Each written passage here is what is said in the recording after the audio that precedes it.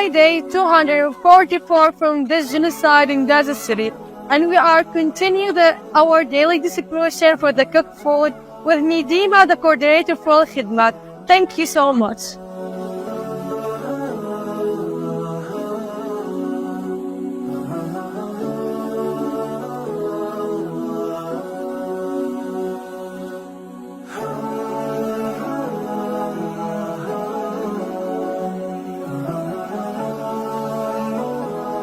كيف حالك حبيبتي؟ منيحة. شو اسمك؟ هدى. كيف الأكل يا هدى؟ منيح. شطورة.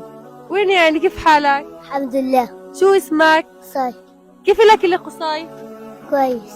بدك نجي كمان مرة؟ اه. ماشي حبيبي.